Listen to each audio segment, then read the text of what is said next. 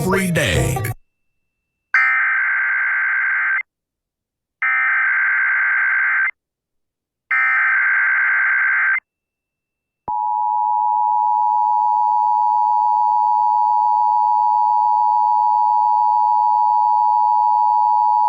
The National Weather Service has issued Tornado Watch number 50, effective until 8 p.m. Central Daylight Time. This watch includes the following counties in Mississippi: Atala, Holmes, Kemper, Leake, Madison, Neshoba, Newton, Rankin, and Scott.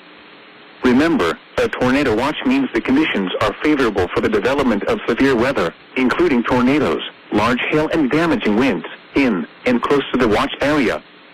While severe weather may not be imminent, persons should remain alert for rapidly changing weather conditions and listen for later statements and possible warnings.